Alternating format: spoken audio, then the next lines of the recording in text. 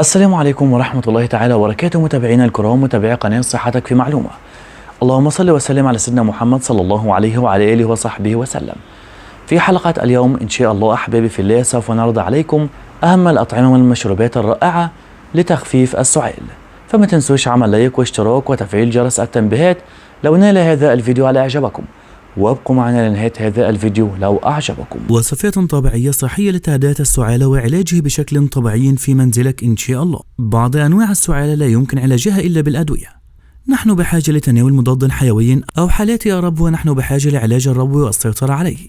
أما حالات السعال الناتجة عن التهاب فيروسية مثل نزلات البرد أو الحساسية مثلا، يمكننا تخفيف هذه الأعراض من خلال بعض الوصفات العلاجية المنزلية.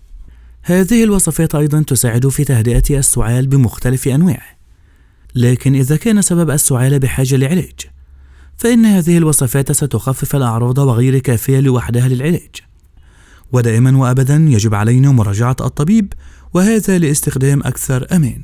يعتبر العسل الصاغ الطبيعي من أفضل الخيارات العلاجية لتطرية البلعوم والتغلب على السعال.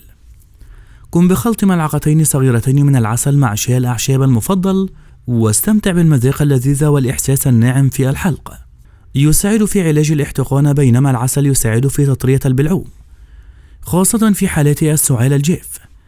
يمكنك أيضا تناول ملعقة صغيرة من العسل بدلا من إضافتها للماء أو الشاي.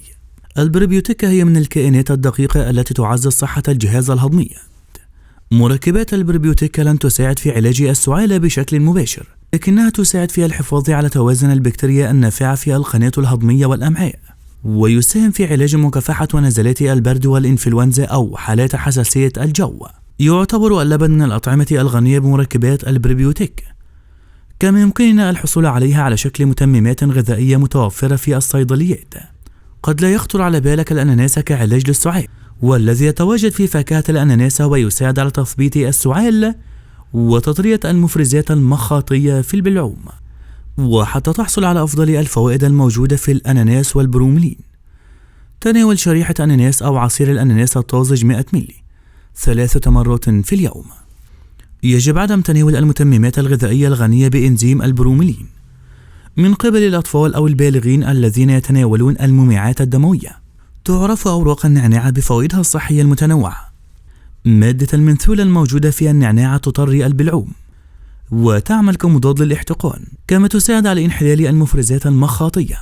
يمكنك الحصول على الفائدة المطلوبة من خلال تناول شاي النعناع أو استنشاق بخار النعناع.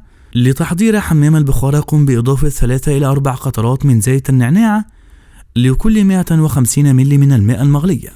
ضع منشفة فوق رأسك وخذ نفسا عميقا فوق البخار المتصاعد من الماء المغلي مع النعناع.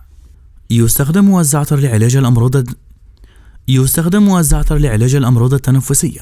المواد الفعالة الموجودة في أوراق الزعتر تساعد في القضاء على السعال وتخفف أعراض التهاب القصبات. تحتوي أوراق الزعتر على مركبات تدعى فلافونيدات، والتي تساعد في استرخاء عضلات البلعوم. بإمكانك تحضير شاي الزعتر من خلال إضافة ملعقتين صغيرتين من أوراق الزعتر المجففة إلى كوب من الماء المغلي. قم بتغطية الكوب واتركه لمدة 10 دقائق، ثم استمتع بالطعم والفائدة. غرغرة الماء والملح. قد تبدو الوصفة بسيطة للغاية، لكن غرغرة الماء المملح تساعد في تهدئة حكة البلعوم المسببة للسعال. قم بمزج ملعقة إلى 4 ملاعق. قم بمزج ملعقة صغيرة من الملح في كوب من الماء الدافئ، مما يساعد في تخفيف تهيج البلعوم. لا ينصح بالاعتماد على الغرغرة للأطفال تحت سن 6 سنوات، نظرا لعدم قدرتهم على الغرغرة بشكل جيد في هذا العمر. تناول كمية وفيرة من الماء والسوائل غير الحاوية على الكافيين، وعلى رأس القائمة الماء. من الضروري جدا تناول كمية وفيرة من الماء لإزالة السموم من الجسم. أما عن السوائل، فأي نوع شاي أو أعشاب أو سوائل غير غنية بالكافيين تعتبر اختيار جيد لصحة الجسم، مثل الشاي الأخضر أو اليانسون أو البابونج.